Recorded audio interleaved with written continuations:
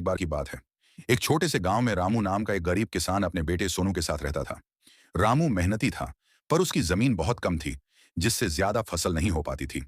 सोनू अभी छोटा था, लेकिन उसमें सीखने की बहुत ललक थी। एक दिन रामू अपने बेटे के साथ खेत में काम कर रहा था। तभी उसने देखा कि सोनू बार बार मुट्ठी बंद करके कुछ सोच रहा है। रामू ने पूछा, बेटा, क्या कर रहा है? सोनू बोला, बाबा, मैंने स्कूल में मास्टर जी से सुना कि मुट्ठी में बहुत ताकत होती है, लेकिन मैं समझ नहीं पाया। खाली हाथ से तो मुट्ठी बनती है, इसमें ताकत कहां से आती है? रामू मुस्कुराया। उसने कहा, चल, आज तुझे एक कहानी सुनाता हूं जो तुझे इसका मतलब समझा देगी। कहानी 5 उंगलियों की एकता। रामू ने कहना शुरू किया।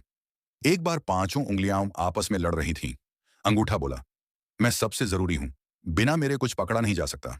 तर्जनी उंगली बोली, मैं सबसे आगे रहती हूं, सब मेरा इस्तेमाल इशारा करने में करते हैं, मैं सबसे बड़ी हूं। मध्यमा ने गर्व से कहा, मैं सबसे लंबी हूं, इसलिए मैं सबसे शक्तिशाली हूं। अनामिका बोली, मुझ पर तो अंगूठी पहनी जाती है, मैं सम्मान की निशानी हूं। और सबसे छोटी कनिष्ठा बोली, मैं तो सबसे कमजोर हूं, कोई मेरी बात नहीं मानता। पांचों उंगलियां आपस में झगड़ती रहीं। तभी एक दिन मुट्ठी बनी और उन सब ने एक साथ एक भारी पत्थर को उठाया।